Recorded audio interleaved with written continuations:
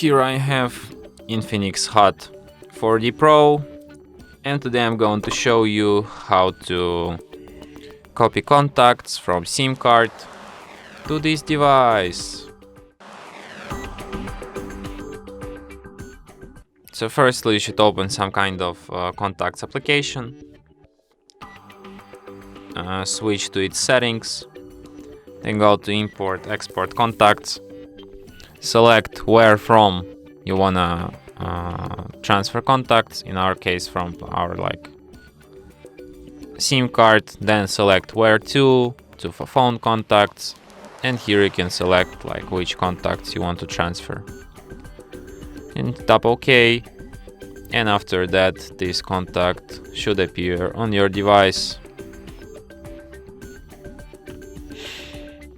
And that's it. Thanks for watching. If you find this tutorial useful, don't forget to hit that like button and subscribe to our channel.